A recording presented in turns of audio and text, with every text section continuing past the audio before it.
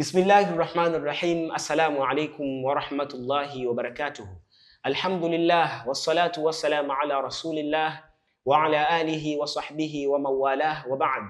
Bila shaka mtazamaji, ubukheri wa afya, na kama utakuwa una mtihani wa maradhi, basi Mwenyezi Mungu Subhanahu wa Ta'ala akujalie siha na afya njema. Tupo katika kipindi cha elimu na uongofu, kipindi ambacho kinapatikana ndani ya chaneli yako pendwa kabisa, nayo si nyingine isipokuwa ni chaneli ya Rabta TV, mtindo maisha. Uko nami Alhabib Musa, na leo ndani ya kipindi chetu tunayo mada adhim kabisa inayohusiana na fadhila za masiku 10 ndani ya mwezi huu wa Dhulhijja, na ambaye atakayetuelezea na kutushaherishia mada yetu hii ya leo adhim ni ustadhi wetu, Ustadh Adam. Wa rahmatullahi wa barakatuh. Wa alaykum salam wa rahmatullahi wa barakatuh. Ustadh Al-Haddad Adam. Naam. Karibu katika studio zetu za Rabta TV. Naam. Nikupe nafasi uweze kuwasalimia wafuatiliaji wa kipindi hiki. Naam. Nashukuru sana. Bismillah wassalatu wassalamu ala rasulillah Muhammad ibn Abdullah sallallahu alayhi wasallam wa ala alihi wa sahbihi ajma'ina, amma ba'du. Naam, langu jina ni Al-Haddad Adam Ramadhani. Naam, Al-Habib Sheikh Musa, nashukuru sana kunikaribisha katika kipindi hiki. Masha Allah. Naam, Ustadh Al-Haddad Adam. Twende moja kwa moja katika mada yetu ya leo ambayo inahusiana na fadhila zinazopatikana katika mwezi huu tuliopo wa Dhulhijja. Ni kwa nini masiku haya 10 yamekuwa ni matukufu kuliko masiku mengine? Karibu. Naam. Kama ambavyo Allah Subhanahu wa Ta'ala tunafahamu sisi sote, hata watazamaji wetu pia wanafahamu kwamba Allah Subhanahu wa Ta'ala kaigawa misimu. Kwa maana kuna msimu wa kiangazi, kuna msimu wa mvua, kuna msimu wa baridi na joto, halikadhalika na misimu mingine. Sahihi. Lakini kama ambavyo ilivyo katika misimu, na ndio hivyo hivyo Allah Subhanahu wa Ta'ala katuambia miezi ile ya mwaka imepangiliwa. Wenzetu pengine wanafahamu, wao ndo wataalamu na ndo waanzilishi wa miezi hiyo, kwamba mwaka una miezi 12. Tunawaambia hapana. Ili sasa tukaifafanue hayo mambo au ili tukaelezee siku 10 hizo fadhila zake, tunaambiwa kwamba Mwenyezi Mungu Subhanahu wa Ta'ala anazifahamisha dalili ambazo ziko kwenye Qur'ani. Inna iddata shuhuri inda Allahi 12 shahra. Kwamba miezi ya mwaka au miezi iko 12 mbele Allah Subhanahu wa Ta'ala katika hukumu yake. Lengo la kuiwasilisha aya hii ni ili tuweze kuona kabla ya kwenda katika masiku hayo 10, tufahamu tupo katika neema kubwa kabisa ya mwezi wa Dhulhijja. Na mwezi wa Dhulhijja bila shaka Allah Subhanahu wa Ta'ala kautaja ni mmoja katika ile miezi minne mitukufu. Pale aliposema baada bismillahir rahmanir rahim, minha arba'atun hurumun, kwamba katika ile miezi 12 ipo miezi 14 ambayo ipo miezi minne. Naam, ipo miezi minne mitukufu. Katika hiyo miezi minne mitakatifu tunaambiwa ni huu mwezi ambao tuko ndani yake wa Dhulhijja. Kwa ufupi na kwa faida ya watazamaji wetu, miezi ile minne mitatu imefuatana, tukianza na Dhulqaada, Dhulhijja huu ambao tuko ndani yake ambao mwezi uliopita na kisha huu ambao tuko nao hivi sasa wa Dhulhijja. Kisha unafuata mwezi wa Muharram. Kwa maana hii yote mitatu, Dhulqaada, Dhulhijja na Muharram umefuatana. Lakini kuna mwezi ambao umetengana, haujafuatana na hii mingine mitatu, wa Rajab. Kwa nini tunasema hivi? Miezi mingine au mwezi wa Rajab, mashehe wengi mara nyingi huwa wanazielezea fadhila zake, lakini tukija katika miezi hii mingine kama huu wa Dhulhijja, watu wanaona kama si katika ile miezi minne mitakatifu. Wameghafilika mno. Lakini siku 10 hizo za mwezi wa Dhulhijja ni zipi? Pengine mtazamaji wetu akawa anajiuliza, au ni zile siku 10 za mwisho, mwanzo au za mwisho au za katikati?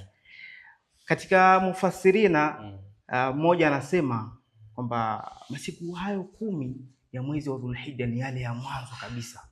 Alhabibi Musa, nafikiri leo ni siku ya 4 au mwezi 4. Sasa kwa nini tunasema mwezi 4? Mwezi mosi, ile siku ya kwanza kabisa kuandama, ndio inahesabika katika yale masiku 10 ya mwezi huu wa Dhulhijja. Sawa sawa. Kwa hiyo sasa fadhila zake ni zipi? Allah subhanahu wa ta'ala akayathibitisha matukufu yake, fadhila zake kwa kuapa tu, yani vile ambavyo tunaona watu wanaapa na nini. Maana yake nini? Ni kuonyesha uzito na thamani ya kile kitu. Allah subhanahu wa ta'ala anasema baada bismillahir rahmanir rahim wa layalin ashri. Allah subhanahu wa ta'ala anayapia masiku 10 ya mwezi wa Dhulhijja. Lakini katika mufasiri wanasema masiku 10 ni yale ya mwisho ya mwezi mtukufu wa Ramadhani, lakini wengi na kaulu rajihi wanasema ni haya masiku 10 ya mwanzo kabisa katika mwezi huu wa Dhulhijja. Naam. Kwa hiyo fadhila zake zinathibitika katika uapaji wa Allah subhanahu wa ta'ala, kuyapia walayali na ashri. Kwa nini Allah subhanahu wa ta'ala anayapia? Ni kutokana na fadhila ambazo ziko ndani yake. Naam. Na bila shaka mtazamaji, hapo tunaweza kuona utukufu ambao unapatikana katika masiku haya 10 kama ambavyo Ustadh Al-Haddad Adam anatuelezea kupitia ushahidi wa Qur'an. Mwenyezi Mungu Subhanahu wa Ta'ala ameapa pale aliposema wal fajr wa layalin ashr, kwamba Mwenyezi Mungu anaapa kwa alfajiri, lakini vile vile anaapia kwa masiku haya 10 yaliyopatikana katika mwezi huu wa Dhulhijja. Na kama unavyotueleza hapa mwalimu kuwa Mwenyezi Mungu anapoapia jambo, basi hapana shaka jambo lile linakuwa ni tukufu mno. Hivyo basi Ustadh Al-Haddad Adam, tunasikia kuwa matendo mema katika masiku haya, mtu akithubutu kufanya tendo jema, basi uzito wake unakuwa ni mkubwa mno. Kwa nini inakuwa hivi? Katika mafundisho Bwana Mtume sallallahu alaihi wasallam, wakati alipokuwa ameketi na maswahaba zake, akawaambia hakuna siku bora au hakuna matendo mema ambayo yanafanyika katika masiku 10 yale ambayo Allah subhanahu wa ta'ala aliyoyapia. Akasema matendo mema huwa yanalipwa kwa fadhila nyingi sana, kwa thawabu nyingi sana, kiasi ambacho kwa kauli ile maswahaba wakashangazwa sana. Kwa nini? Kwa sababu wanafahamu Ramadhani ni katika miezi mitukufu, lakini Dhulqaada, Dhulhijja na Muharram ni katika miezi mitukufu. Kwa nini unasema kwamba matendo mema ambayo yanafanywa ndani ya siku 10 zile za mwanzo za mwezi Dhulhijja zina fadhila kubwa kuliko masiku mengine? Bwana Mtume sallallahu alaihi wasallam akawajibu kwa kuambia ma min ayamin, hakuna masiku ambayo ni matakatifu kwamba tendo jema likifanywa Mwenyezi Mungu analipenda mno kuliko siku zingine. Kisha wakauliza, ya Rasulullah, wala aljihadu fi sabilillah, kama tendo jema ukilifanya katika masiku hayo 10 ni bora kuliko matendo mengine yanayofanyika katika masiku mengine? Akasema, wakauliza bimaana maswahaba, yani hata kule kwenda vitani, pigana jihadi, mtu anajitoa yeye na mali zake, pengine asirudi nyumbani au arudi hali ya kuwa hana chochote. Bwana Mtume sallallahu alaihi wasallam akasema wala aljihadu fi sabilillah, yani hata kama mtu atatoka yeye na nafsi yake au yeye na familia yake kwenda kupambana jihadi, vita huko kisha asirudi nyumbani au arudi mtupu tu, basi pengine hiyo ndio inakuwa matendo mema yanaweza kufanana kidogo. Naam. Masha Allah. Sawa sawa Ustadhi Al-Haddad Adam, lakini tulikuwa tunahitaji tupate faida hususan watazamaji ambao wanatufuatilia. Tumeweza kuona utukufu na ubora ambao unapatikana ndani ya masiku haya. Ni ibada zipi ambazo zinapaswa kuzingatiwa ama kufanywa ndani ya masiku haya? Naam, shukrani sana Al-Habibi Musa. Matendo mema ambayo yanatakiwa kufanyika ndani ya siku hizi 10, hasa kwa wale ambao pengine hawako huko haji kama sisi, matendo yako mengi. Bwana Mtume sallallahu alaihi wasallam analithibitisha hili kwa kusema katika matendo bora na yanayopendekezwa zaidi ni kukithirisha kuleta adhkari. Pengine wanajiuliza watazamaji wetu, adhkari ndio kitu gani? Adhkari ni mjumuiko wa dua mbalimbali ambazo zinatakiwa kuletwa. Pengine hujui adhkari ndio nini au adhkari zile kubwa kubwa, basi jishughulishe na kuleta zile takbir, Allahu akbar, Allahu akbar, tahlili zile la ilaha illallah, la ilaha illallah, Allahu akbar. Lakini sio hivyo tu, matendo mema ambayo yanatakiwa kufanyika hasa ambalo limesisitizwa na Bwana Mtume sallallahu alaihi wasallam ni ile siku ya 9 ya Arafa. Siku ya 8 ile ya Tarwiya, lakini siku ile ya 9 ya siku ya Yaumu Arafa. Yaumu Arafa ile tunaambiwa ni sunna kufunga ile siku. Lakini siku ile tunaambiwa ni sunnatu muakkada. Yaani katika sunna kuna sunna ambayo ni ya kawaida, lakini kuna sunna ambayo imetiliwa mkazo zaidi. Kwa hiyo kufunga zile siku 9 ni bora, lakini siku ile ya 9 yenyewe hasa ni bora zaidi. Kwa nini? Bwana Mtume sallallahu alaihi wasallam akasema mwenye kufunga siku ya Arafa, basi Allah subhanahu wa ta'ala atamfutia, atamuondoshea madhambi ya miaka miwili, mwaka uliopita na mwaka ujao. Kwa hiyo fadhila zake ni hizo. Kwa kama mtu ataweza kufunga siku ile ya kwanza kabisa au siku ya mwanzo ya masiku haya ya Dhulhijja, akafunga pengine Jumatatu na Alhamisi, au anayo nafasi au ana nguvu ya kufunga siku zote 9, afanye. Kwa sababu gani? Tendo jema likifanyika moja tu, habu ila Allah, ni bora mno kuliko matendo mengine ambayo yatafanywa katika siku zingine na katika mwezi mwingine tofauti na huu. Mashaallah. Na mtazamaji, bila shaka hapo tumeweza kupata faida kubwa juu ya masiku haya kama ambavyo anatuelezea ustadhi wetu Al-Haddad Adam hapa kuhusiana na fadhila na utukufu wa masiku haya, lakini pia katukumbusha jambo adhim kabisa ambayo ni siku ya Arafa. Anaeleza kuwa wale ambao hakupata nafasi ya kwenda kuhiji, basi ni sunna kufunga siku hiyo. Kama una nafasi, basi tusikose kuweza kufunga siku hiyo, na nadhani kwa kalenda ya kawaida itakuwa ni tarehe 26 mwezi huu. Kwa hiyo ni fursa adhim, tusiache katupita hivi hivi, kama anavyotueleza hapa ustadhi kuwa Mtume Muhammad sallallahu alaihi wasallam amesema kuwa atakayefunga siku hiyo basi anasamehewa madhambi yaliyopita na ya mwaka unaokuja. Kwa hivyo mimi na wewe tusiachie fursa hii ikatupita. Lakini swali lingine ustadhi Al-Haddad Adam kuuliza kuwa wapo kina mama ambao kidogo huwa wanakuwa wazito katika kulipa yale madeni ya mwezi wa Ramadhani. Inawezekana akawa yupo mmoja labda kachelewa kufunga ama kulipa yale madeni kwa dharura yoyote ile na mpaka sasa hivi anadaiwa. Je, huyu anaruhusiwa kufunga siku hiyo ya Arafa au anapaswa kuacha mpaka afunge deni lile la funga ya Ramadhani? Nashukuru sana Al-Habibi Musa. Katika madeni ambayo ni muhimu sana kulipwa ni deni la mja na Allah subhanahu wa ta'ala. Madeni mengine ni rahisi sana, lakini deni hili ni zito. Sasa je, anaweza kufanya tendo gani jema ambalo litamuingizia thawabu kama ambavyo tumekwisha elezea fadhila zake? Sasa huyu mwanamama pengine anadaiwa siku 5 au 9, afanye jambo gani jema ambalo litamuingizia thawabu? Tunaambiwa zipo adhkari ama zipo ibada ambazo kuna uwezekano wa kuzifanya hata kama huna udhu au hata kama una janaba au hedhi. Yaani kwa hiyo sio lazima afunge. Kama pengine alikuwa anadaiwa siku 5, basi aharakishe kuzilipa hizo siku. Sawa. Siku 5, ndio akishamaliza, lakini wakati huo akifunga aanze kuleta na zile adhkari kama tulivyosisitizwa na Bwana Mtume sallallahu alaihi wasallam. Aleta adhkari zile, na inapendekezwa zaidi afanye kimya kwa siri, ila astaghfirullah.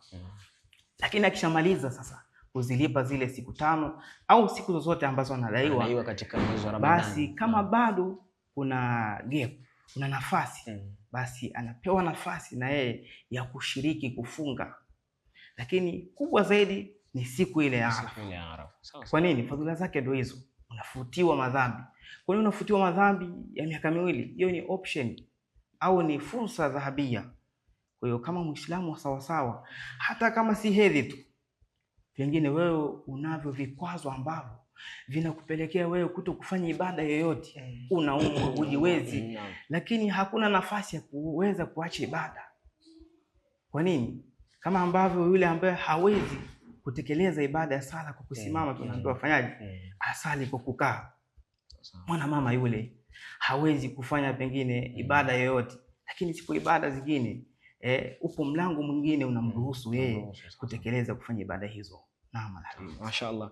Mtazamaji, tunaendelea kupata faida kupitia kwa mgeni wetu wa leo. Yuko vizuri mashaallah juu ya somo hili la fadhila ambazo zinapatikana katika masiku haya 10 ya mwezi huu wa Dhulhijja, na kama ambavyo anatueleza hapa, ikiwa unadaiwa yale madeni ya mwezi wa Ramadhani, basi kinachotakiwa kwanza ulipe yale madeni, yalipwe kwanza, kwa sababu Ramadhani ni faradhi, na hii funga ya siku ya Arafa ni sunna. Kwa hiyo kilichokuwa bora tuharakishe mapema kuanza kufunga yale madeni ili tuweze kupata nafasi ya kudiriki siku hiyo ya Arafa. Lakini vile vile Ustadhi Al-Haddad, umetueleza kuwa mtu akiwa ana dharura ama udhuru wa kisheria anaweza kufanya ibada nyingine ambazo anaruhusiwa kuzifanya. Funga atashindwa kufunga, lakini zipo ibada nyingine. Ni zipi hizo ibada? Ibada hizo ni kama tulivyosema, kuna zile adhkari. Anaruhusiwa kuleta adhkari mbalimbali, kuleta hasa istighfari, kama ambavyo Bwana Mtume sallallahu alaihi wasallam tunafahamishwa ndani ya Al-Qur'anul Karim kwamba kafutiwa madhambi yake yote.